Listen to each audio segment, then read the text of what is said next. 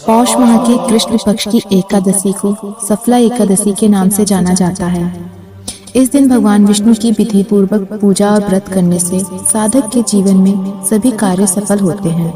सनातन धर्म में सफला एकादशी का अधिक महत्व है, क्योंकि इस दिन साधक के रुके हुए काम सफल होते हैं और सदैव जगत के पालनहार भगवान विष्णु जी की कृपा बनी रहती है। इस दिन अन्न का दान करने का भी विधान है। धार्मिक मान्यता है कि सफला एकादशी व्रत करने से साधक को जीवन के सभी पापों से निजात मिल जाते हैं।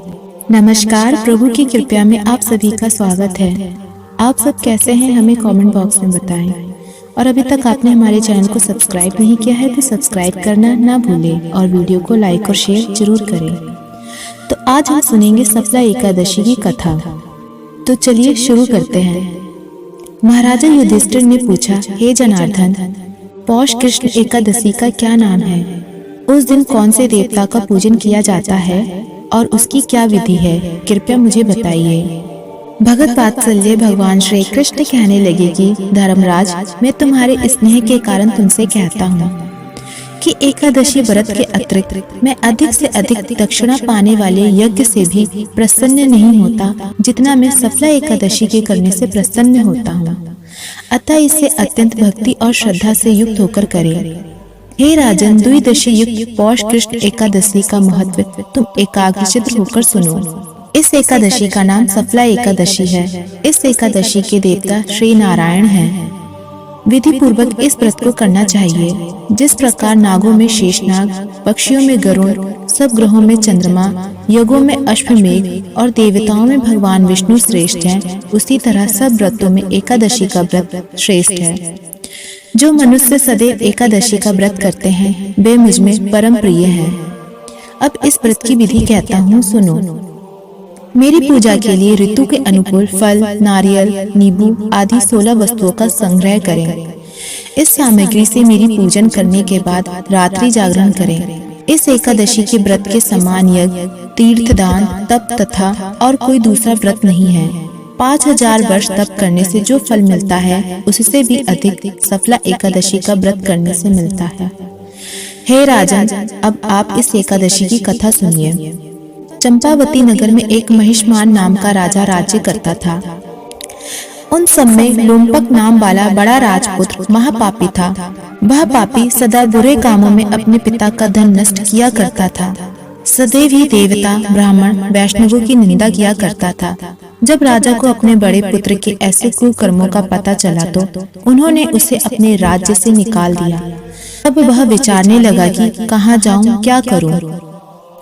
अंत में उसने चोरी करने का निश्चय किया।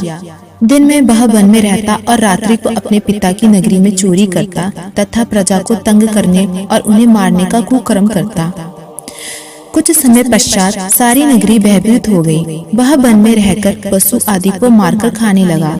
नागरिक और राज्य के कर्मचारी उसे पकड़ लेते, किंतु राजा के भय से उसे छोड़ देते। वन में एक अति प्राचीन विशाल पीपल का वृक्ष था। लोग उसकी भगवान के समान पूजा करते थे। उसी वृक्ष के नीचे वह महापापी लोमपक रहा करता था। इस वन को लोगों के देवताओं क्रीड़ा स्थल मानते थे। कुछ समय पश्चात पौष कृष्ण की दशमी के दिन वह वस्त्रहीन होने के कारण शीत के चलते सारी रात्रि सो नहीं सका। उसके हाथ पैर अकड़ गए। सूर्योदय होते होते वह मूर्छित हो गया। दूसरे दिन एकादशी की मध्यमा के समय सूर्य की गर्मी पाकर उसकी मूर्छा दूर हुई।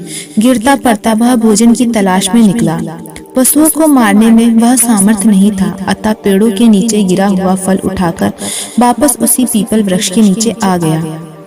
वृक्ष के नीचे फल रखकर कहने लगा, हे भगवान, अब आपके ही अर्पण से ये फल मिला है, आप ही तृप्त हो जाएं। उस रात्रि को दुख के कारण रात्रि को भी नींद नहीं आई।